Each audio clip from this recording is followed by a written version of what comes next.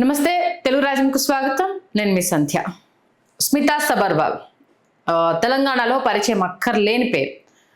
IAS ఆఫీసర్గా ఆమె సుపరిచితురాలు, అలాగే సీఎం ఆఫీస్లో పనిచేసిన విషయం మనందరికీ తెలిసిందే. ఇప్పుడు ఆమె హాట్ టాపిక్ అయిందని చెప్పాలి. ఎందుకంటే దివ్యాంగులకు సంబంధించి ఆమె చేసిన కామెంట్స్ ఇప్పుడు చర్చనీయాంశంగా మారాయి. ఈ నేపథ్యంలో కాసేపటి క్రితమే దివ్యాంగులంతా కలిసి ఒక ప్రెస్ మీట్ పెట్టడం జరిగింది. ఇప్పటికే దేవుడు మాకు అందించిన లోపాలని అధిగమించి మేమేంటో నిరూపించుకుంటూ అన్ని అంశాల్లో సత్తా చాటుతుంటే మేము ఇందుకే పనికొస్తాము, అందుకు పనికిరాము అంటూ ఒక ఐఏఎస్ ఆఫీసర్ కామెంట్స్ చేయడము అది ఎంతవరకు సమంజసం అంటూ దివ్యాంగులు ప్రశ్నిస్తున్నారు. అయితే ఇప్పుడు స్మితా సబర్వాల్ చేసిన కామెంట్స్ అయితే చర్చనీయాంశమయ్యాయనే చెప్పాలి. ఎందుకంటే ఐఏఎస్, ఐఎఫ్ఎస్ అలాగే రక్షణ రంగానికి సంబంధించి దివ్యాంగుల కోటాను ఎందుకు ఇప్పటివరకు ఫుల్ఫిల్ చేయలేదు, నాకు ఎలాంటి భావోద్వేగాలకు చోటు లేదు, కాకపోతే నేను అడిగే ప్రశ్నలు నా 20 సంవత్సరాల సర్వీస్ను బేస్ చేసుకొని అడుగుతున్నాను.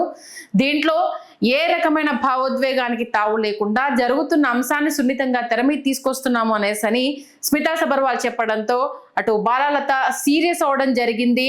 ఇది గవర్నమెంట్ నుంచి వచ్చిన కామెంటా లేకపోతే స్మితా సబర్వాల్ పర్సనల్ గా చేసిన కామెంటా, ప్రభుత్వం దీనికి సంబంధించి వివరణ ఇవ్వాల్సిందే. రాష్ట్ర వ్యాప్తంగా ఉన్న దివ్యాంగులకు సంబంధించి అంటే ఎయిర్లైన్స్ వాళ్ళు దివ్యాంగులను తీసుకుంటారా, ఒక దివ్యాంగురాలు ఒక దివ్యాంగుడు సర్జన్ చేస్తే హాస్పిటల్స్ వాళ్ళు అంగీకరిస్తారా, ఒక ఐఏఎస్ కావచ్చు ఐపీఎస్లు కావచ్చు అంటే ఫిజికల్ ఫిట్నెస్ లేకపోతే పనికిరారు అని చెప్తారంటే మేము దేనికి పనికిరాము, మమ్మల్ని ఎవరు తీసుకోవద్దు అంటూ కూడా ఇండైరెక్ట్ గా ఆమె మన మెసేజ్ పాస్ చేస్తుందా?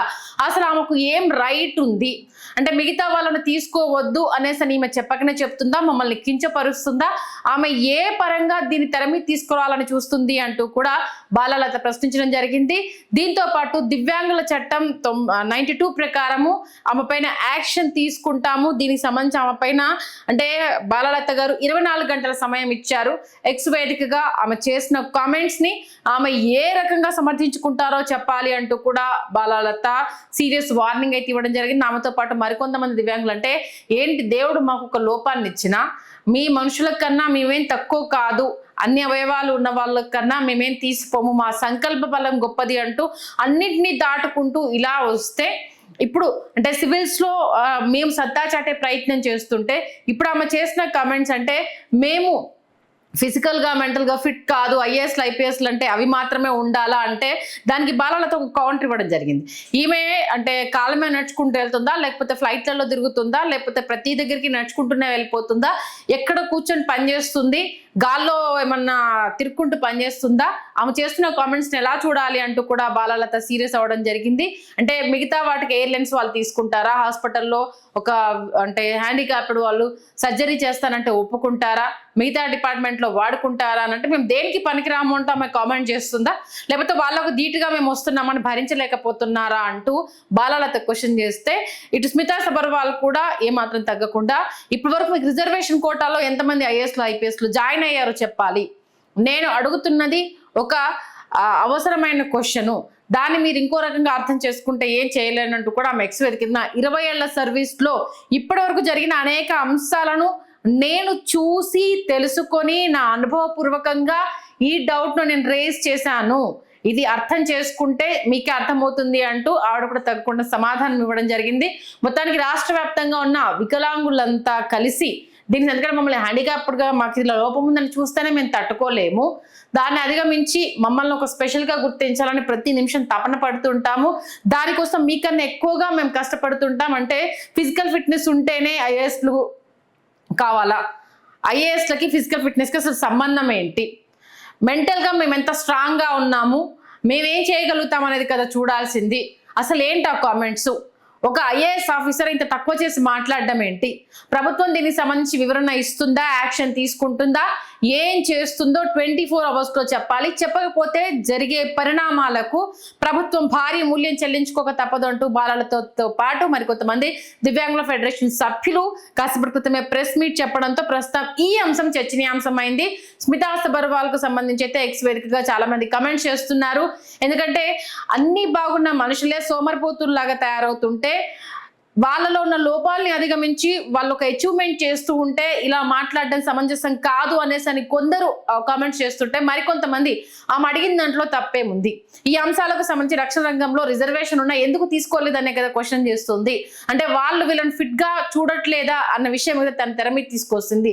ఐఏఎస్ ఐపీఎస్ అంటే ఫిజికల్ గా మెంటల్ గా కంపల్సరీగా ఆన్ డ్యూటీ అనేది ఉండాలి, అదే కదా ఆవిడ చెప్పింది అంటూ మరికొంతమంది ఆమెకు సపోర్ట్ చేసే ప్రయత్నం చేస్తున్నా. ఈ అంశానికి సంబంధించి దివ్యాంగులైతే చాలా మనోవేదనకు గురవుతున్నాము. ఒక ఏంటంటే బాధ్యత గల ఐఏఎస్ ఆఫీసరు ఈ కామెంట్స్ చేయడం, ఏదో నార్మల్ వ్యక్తులు చేశారంటే నిజంగా వేరే ఉండేదేమో.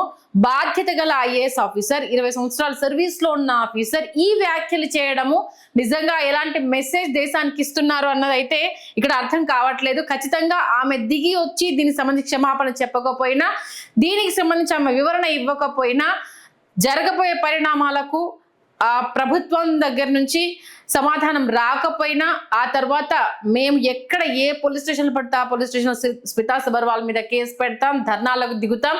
దీనికి సంబంధించి రేపటి రోజు అంటే దివ్యాంగుల చట్టం ప్రకారము దివ్యాంగులను ఏ ఒక్కరు కూడా అనడానికి అసలు అంటే కించపరిచే విధంగా మాట్లాడడం కానీ, వాళ్ళని హేళన చేయడం కానీ, తక్కువ చేసి చూడడం కానీ చేస్తే దివ్యాంగుల చట్టం 92 ప్రకారం వాళ్ళపైన సివియర్ యాక్షన్ తీసుకునే అవకాశం ఉంటుందని ఆ ఐఏఎస్ ఆఫీసర్కి తెలియదా?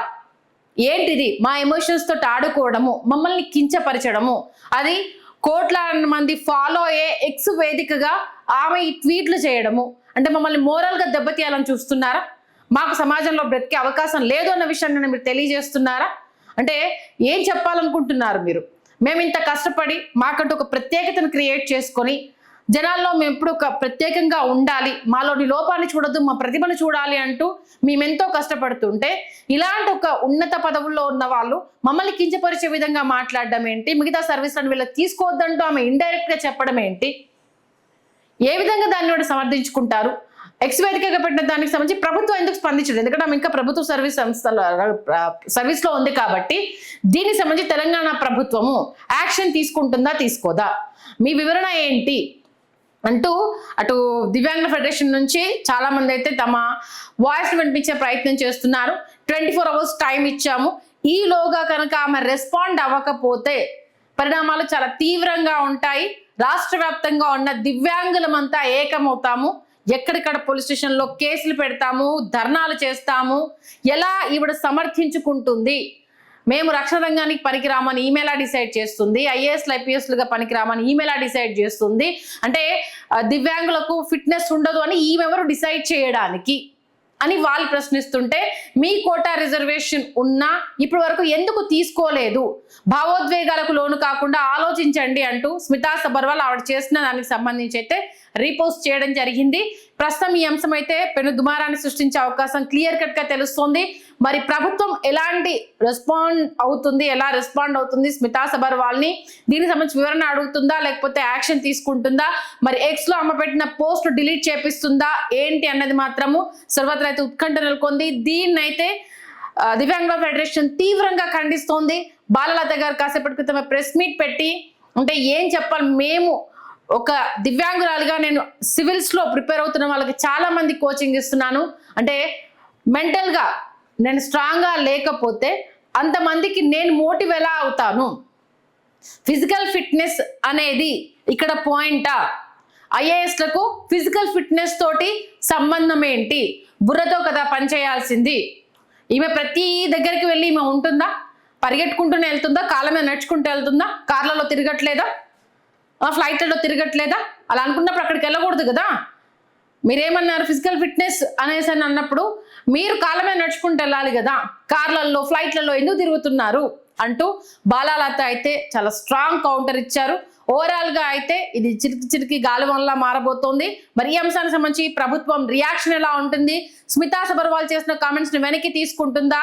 మిగతా వాళ్ళంతా అంటే ఉన్నత పదవుల్లో ఉన్న వాళ్ళు మరి స్మితా సబర్వాల్ చేస్తున్న కామెంట్స్ ని ఎలా తీసుకోబోతున్నారు? దీనికి సంబంధించి వాళ్ళ రియాక్షన్ ఎలా ఉందనేది నిజంగా ఒక ఇంత అంటే దివ్యాంగులకు సంబంధించి అయితే మమ్మల్ని దివ్యాంగులు అంటేనే మేము భరించలేకపోతాము, ఇలా మా లోపాలను ఎత్తి చూపిస్తూ ఒక ఉన్నత అధికారి ఇలా చేయడం సమంజసం కాదు, ఖచ్చితంగా అయితే ఆమె దిగి రావాల్సిందే అంటూ వాళ్ళు డిమాండ్ చేస్తున్నారు. మరి స్మితా సబర్వాల్ రియాక్షన్ ఎలా ఉండబోతుంది? ప్రభుత్వం దీనికి సంబంధించి ఏం యాక్షన్ తీసుకోబోతుందన్నది మాత్రం చూడాల్సిందే. Please do subscribe to Telugu Rajyam channel. Please do subscribe to Telugu Rajyam channel.